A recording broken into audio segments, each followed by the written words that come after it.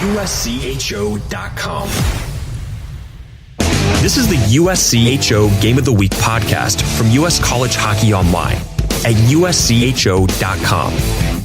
An in-depth look at this week's top college hockey matchup and a preview of the other big games. Welcome to the USCHO Game of the Week podcast for Thursday, October 17th, 2019.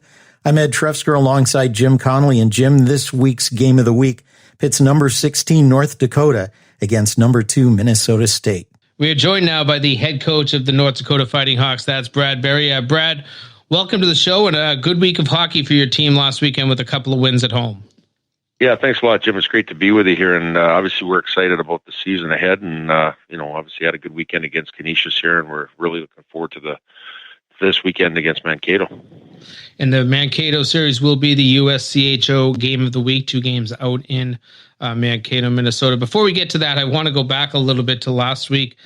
First off, with the weather. I was actually out in Duluth, Minnesota, and was around the commissioner of the NCHC for the entire weekend, Josh Fenton, and he was, kind of giving me updates as to how bad the weather was and what the conditions were like out there. Then I talked to Brad Schlossman on Saturday, and he said about 7,500 people, in his estimation, still made their way to Grand Forks for the game on Friday night. I know that you guys have rabid fans, but that might take it one step further, doesn't it? It really did. It really puts things in perspective. Obviously, for people that weren't here over the course of the weekend, it was, for this time of year, it was pretty atrocious as far as how much snow that we received, and travel wasn't in the plans as far as people coming to the game. But I'll tell you what, people persevered and they got to the rink. What I really noticed was, when we went out for warm-ups on Friday and it was a blizzard outside, the student section was packed. It was filled. They didn't go anywhere, but they came to the games, and then it filtered in, and we were expecting probably 4,000 or 5,000. I think we got around 7,000, 8,000, and that was a feat in itself. So I really want to thank the fans for coming out and making it a great experience, even though that there was a blizzard. A lot of people in the college hockey world, and obviously your fans, know well that 2 losses last year at Canisius were a part of the reason that your team did not make the NCAA tournament. And I've read all about how you used the black jerseys at home on Friday night, and that's supposedly a motivating factor for your team. Tell us the story behind the alternate jersey and wearing them at home, and the motivation you hope to give your players. Well, first of all, last year, losing 2 games at Canisius, and they played very well. They played hard against us, and we didn't play, obviously our game. That was the demise of our season. So, looking forward here, we needed to make sure that, starting the season with non-conference play, that we didn't stub our toe, and we needed to get in the win column. And part of that is, we have the black jerseys. That's our 3rd jerseys, and it goes back a long way, the tradition of it. And we don't really pull those out very often, but when we do, it sends a statement as far as, we call them the business suits. They're black, and we're all business, and our guys came out and they played like that on Friday night here. So again, like I said, they're a 3rd jersey. We don't use them a whole lot because we use the green and the white, but when we do pull them out, it kind of perks our guys up for the urgency side of it. One of the things I took away just looking at your stats, and I know you can't learn too much from stats early in the season, but I learned that you have some balance and some depth. 19 different players recorded a point in those first 2 games. I mean, there's teams out there that have gotten through 2, 3, 4 games and only have 6 or 7 guys recording points. But to have 19 guys contribute, that says that you've got some balance up and down that roster. Yeah, up and down the roster. And I think, in order to be a successful team and, go where you need to go at the end of the year, you need to have depth and balance in your group. And, it's a good start for us.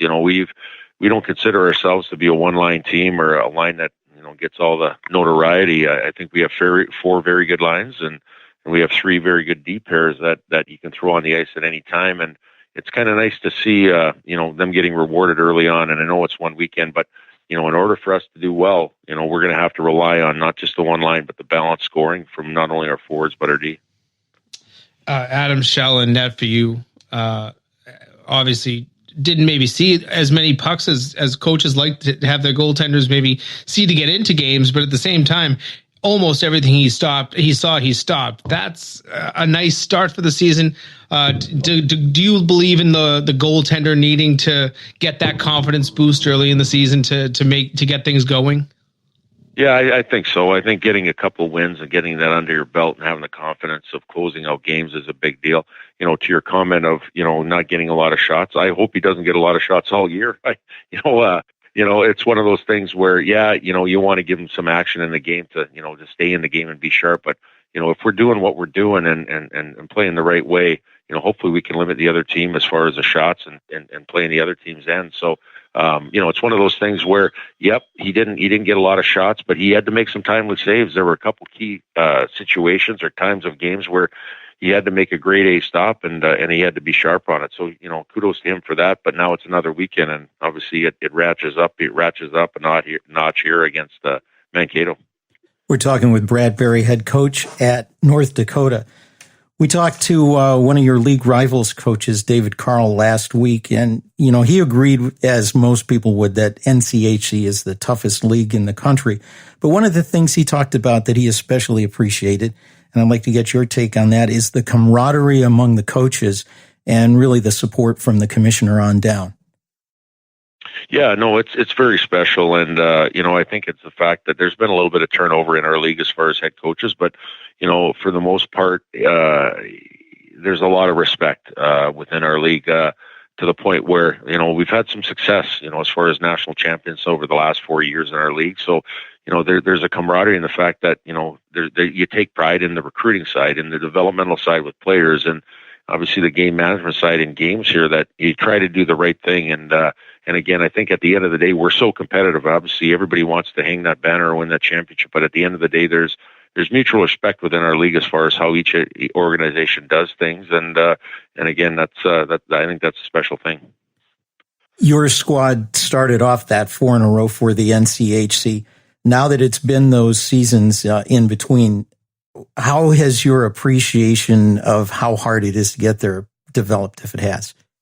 Oh, it is. It's obviously we've had success winning it, and then getting to the tournament the year after, and getting beat out in the regional, and then the last 2 years we haven't made the tournament. And you can't take for granted how tough it is to get there, and once you get there, you have an opportunity to win it. So again, that's the mindset of our goal is to make the national tournament and then give yourself a chance to win a championship here. But one of the things that goes into it is your roster, your squad here. This is 1 year where we didn't lose a whole lot of players unexpectedly. In years past when we won the national championship, we lost 9 players and all in the NHL, and then we lost Tyson Jost after 1 year, and that was devastating. You usually keep players 2, 3, 4 years, at least a couple of years, but losing him early, that it's tough to replace it and have sustainability. And this is 1 year where we kept a lot of guys. Colton Pullman had opportunities to leave. Signed pro, he's coming back. Matt Kirstead, same thing. Different players like that made a commitment to come back, and we brought in some pretty good freshmen. We only have 5 freshmen in our lineup that we brought in, and we have 8 seniors. So that's a big deal of trying to keep experience and to sustain some success to try to get to where you need to go. I think back to that national championship for you, and one of the things that I noticed watching press conferences and practices and so forth is that you had a very close relationship with your players. Different coaches have different sorts of relationships with their team. How would you describe yours? Well, I think, I think care is the word. I mean, there's ultimate at the end of the day, there's care. And I think accountability is one thing, as far as making sure that you got to hold your players accountable. There's a level, there's a standard here at North Dakota, and you got to uphold it each and every day.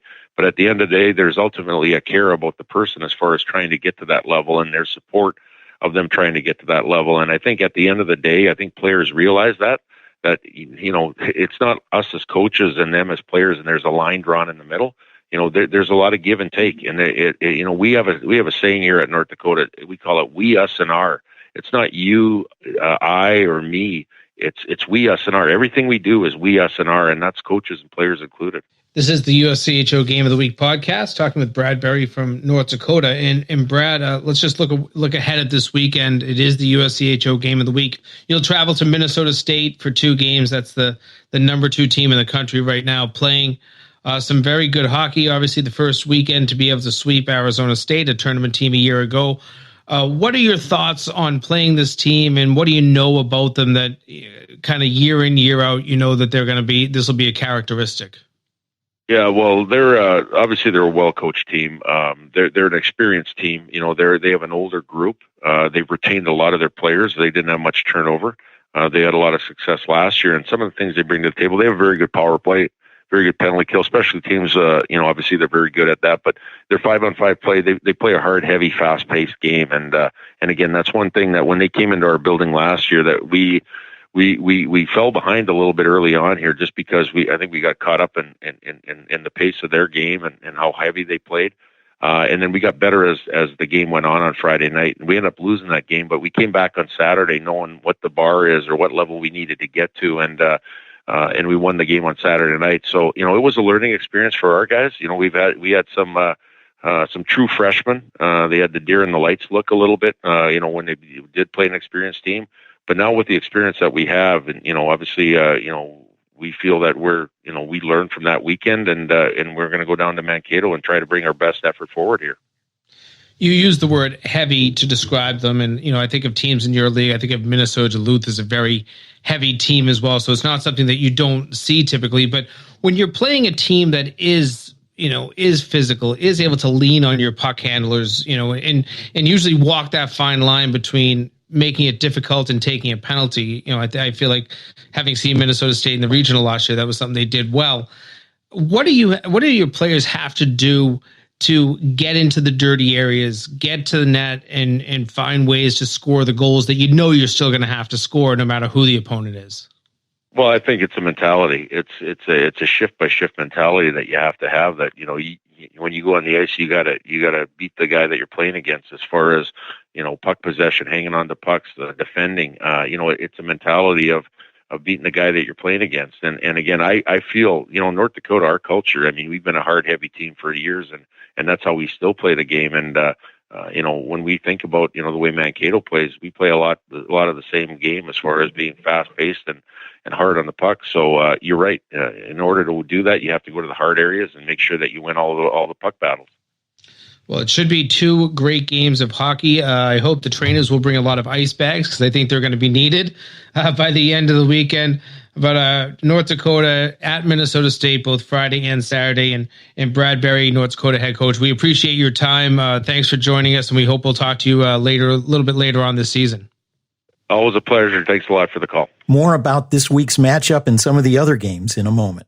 This is the USCHO Game of the Week podcast from US College Hockey Online.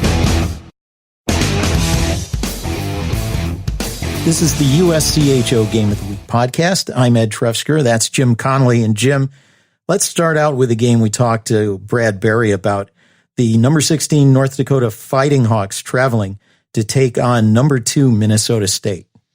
You know, and I know I got a chuckle from Brad out of it, but I'm kind of serious that these guys better have a lot of ice bags ready, because this will be a physical series. It'll be a hard series, a heavy series. These 2 teams like to both really, really get at it. You know, and it's not necessarily that you have all these bone-crushing hits, but it's the fact that every time you touch the puck, you should expect to feel a body. And that just feels like the way that these 2 teams like to play. I know that North Dakota maybe has a little bit more tempo, and I've seen Minnesota State, you know, I'm thinking back to the regional game against Providence early in that game. They had a lot of speed going, but for the most part, this is going to be a game that's won and lost in the neutral zone. It's going to be physical. It's going to be about turnovers and who capitalizes the most on them. This will be a very hard-fought weekend. If North Dakota can go in there and take one, I think that should be considered a success. This is a good Minnesota State team, maybe a better team than last year. And I think this is a weekend that they've already got circled on their schedule. This is 2 games they're going to be very excited to play. It's a Thursday-Friday series as Alaska travels to number 9 Penn State. And you know what? Penn State is known for scoring, but man, they just clobbered a pretty good Sacred Heart team last weekend. That's absolutely true. But, I'm very impressed with the start that Alaska has had. Obviously the first week of the season, they had Denver come up and they took them basically into the third period of both games. They had the lead one night. They just, never could pull out the win. But then to kind of pull your big boy pants up and go out to Michigan Tech and win 2 games at Michigan Tech, I thought that those were very impressive victories. And now they're going to stay on the road, go to Penn State. Not the easiest place to play, but a Thursday at Penn State, it's I don't know if it's still the same as it used to be, but Thursdays used to not be too crazy. The student section maybe gets into it a little bit. The fans aren't in the building. You don't have that home ice advantage that you'll probably have on Friday night.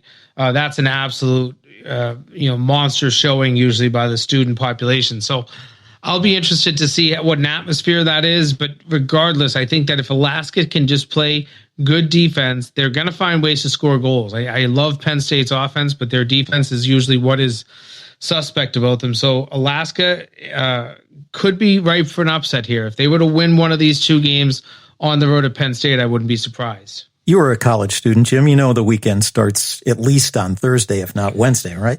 Well, it definitely does, but I'm not sure that the Thursday hockey attendance is the same as the Thursday night drinking. Well, there you go.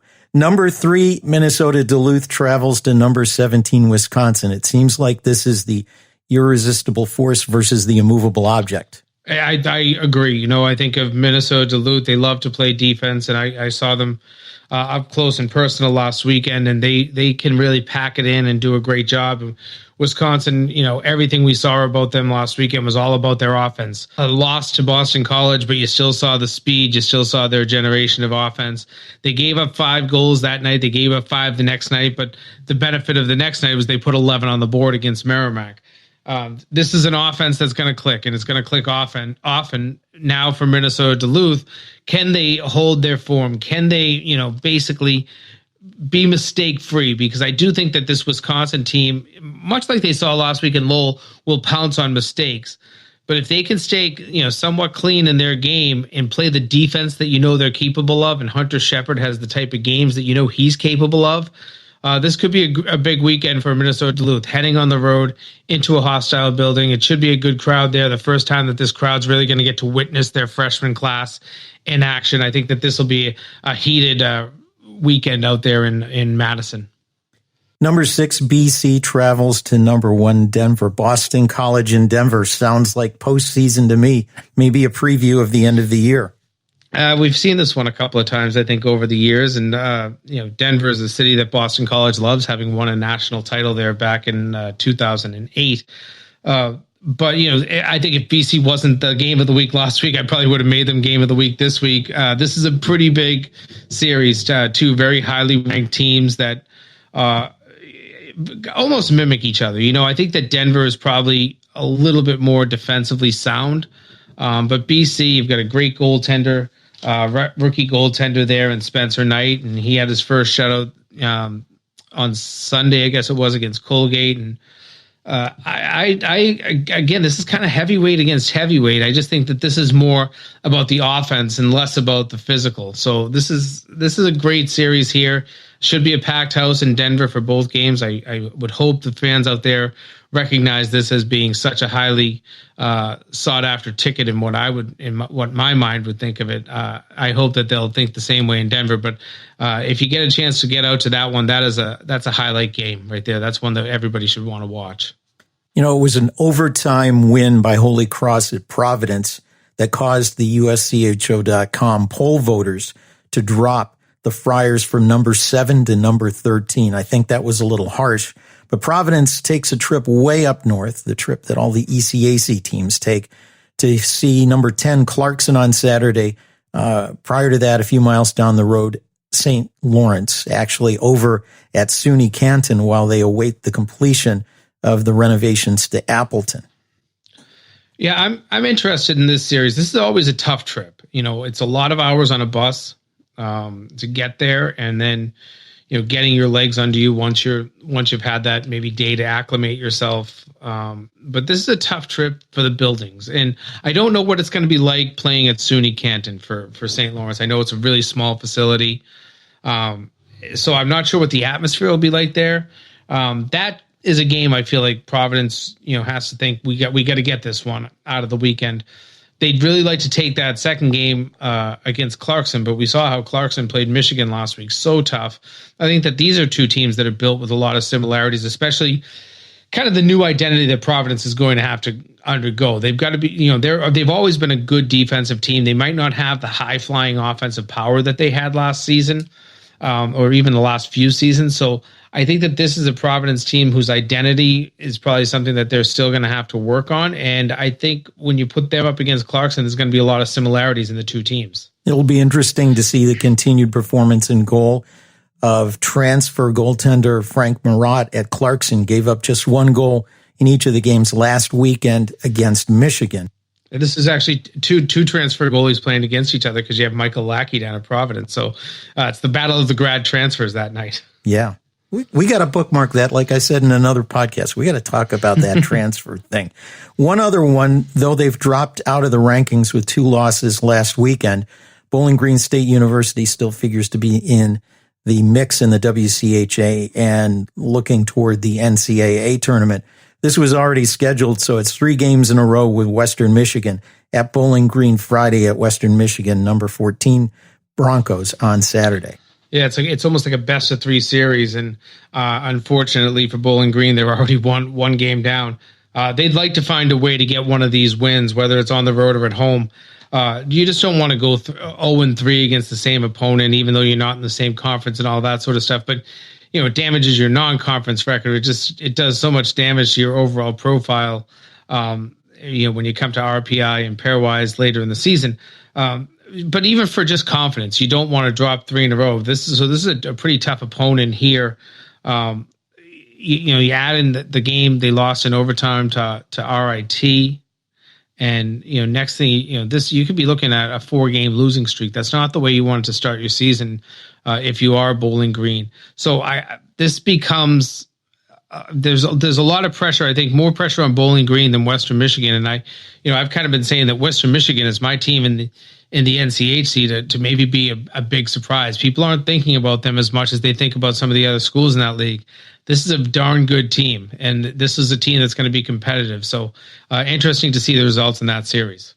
I saw Western Michigan twice last weekend, and they are a terrific team. We talked with Steve Rollick, the head coach at Ohio State, earlier in the week, and his Buckeyes gave up 21 shots on goal in the first period against them. I agree with you. I think Western Michigan is a terrific team. I wouldn't be surprised to see them in the championship game of the NCHC. Well, Jim, there's one other game I want to mention just because of the novelty. 8 of the last 9 seasons, RIT has sold out its homecoming game, and you say big deal, but that's at the downtown Blue Cross Arena, which holds 10,556 for hockey. It's very close to a sellout again as the Tigers host Merrimack. Yeah, it's always a good game. That's always a great weekend, it seems, up at Blue Cross Arena. In Rochester, their fans can be rabid when they're given the opportunity, and putting 10,000 in a building. I'm not sure how many. I think this is a weekend where we have a bunch of different homecoming games. I know Lowell is hosting theirs against Colgate. They go both Friday and Saturday night, 2 nights. But there's probably a lot more. There are enough programs out there that don't have football, so their homecoming usually centers around hockey. So I wouldn't be surprised if a few more of these games this weekend are big matchups, just for the fact that you have so many alumni on campus, and homecoming becomes such a big focus. Well, if you want to find out how we did in handicapping these games, check out USCHO Weekend Review Podcast late Sunday or early Monday. We also have USCHO Spotlight, this week's guest with Steve Rollick from Ohio State. Check that out at uscho.com/podcast. For Jim Connelly, I'm Ed Trefzger, and we'll catch you next time. This has been the USCHO Game of the Week podcast, a production of U.S. College Hockey Online.